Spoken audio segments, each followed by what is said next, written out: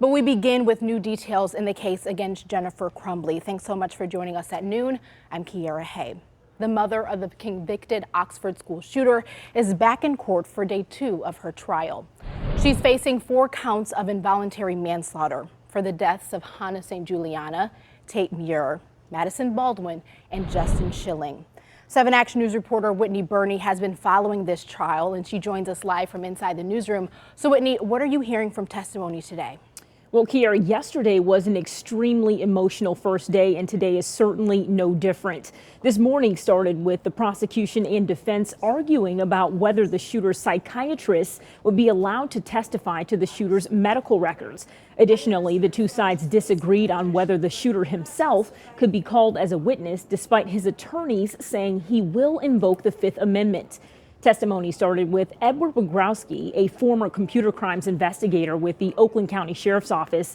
The now Secret Service agent described text messages between Jennifer Crumbley and her son, where he spoke about the house being haunted. It appears the prosecution is working to lay a foundation for their claims in opening that Crumbley was aware of her son's declining mental state months prior to the shooting. They also showed text messages between Crumbley and her husband James talking about the need to medicate their son. One of the most difficult portions, though, this morning was listening to the Wagrowski detail the surveillance video his department reviewed.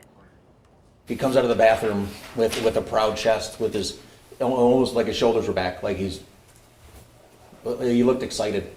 He comes out of the bathroom, and immediately to his left is a victim, and he shoots her in her neck, and then her boyfriend was there and shot him in his he put his hand up and shot him in his mouth. Now, this is just the beginning of testimony. We've only heard from a handful of witnesses, and yesterday we learned that 20 to 25 total will be called during this trial, including Jennifer Crumbley. We'll have more from court tonight at 5. Here. Whitney, I know some of this is very tough to listen to, so thank you so much for your reporting. And of course, we will continue to cover this trial every step of the way. We'll have the latest updates from court here on air and at WXYZ.com.